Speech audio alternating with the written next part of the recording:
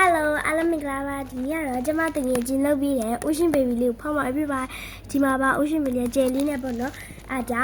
ဒီဘက်ကဘေးလေးပေါ့နော်ဒီဘက်ကလည်းဘေးလေးပါနည်းနည်းတော့ကျင်းတယ်ပေါ့နော်ဒီမှာကကြတော့ဒီဟာပေါက်ချင်တယ်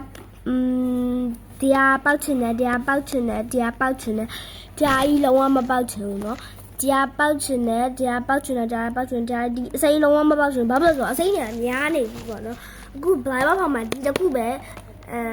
ပြသေးရပေါ့နော်ဒီအစိမ်းမပေါက်ချင်ဒီသုံးခုရတစ်ခုပေါက်ရပြီဂျာလီရောပို့ကြရဒီ secret ကဒီပဇွန်ရပါရုံးတယ်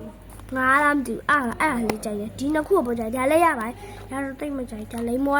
ဓမ္မဖောက်တာ3ခုလောက်ရှိလိမ္မာလည်းကြိုက်ပါတယ်တိတ်မစိုးပါဖောက်မယ်ပေါ့နော်ဒါတော့ဒီလိုမျိုးလေးအစပြထားပေါ့နော်ဖောက်ကြည့်မယ်ချက်တယ်အိမ်မပါဘူးကတ်တော့ပါတယ်ဝေးကတ်ကြည့်ပါလေကတ်ကြည့်လိုက်အဲ့ဒါကတ်ကြည့်လိုက်ပြေးဦးကတ်ကြည့်မယ်ကတ်ပြမမတို့ဘာလို့လဲတော့ကြည့် ဘာလေးတော့ကတ်ခလေးနဲ့ဘာလေးတော့အဲ့ဒါလိမ္မော်လေးထွလိုက်တယ်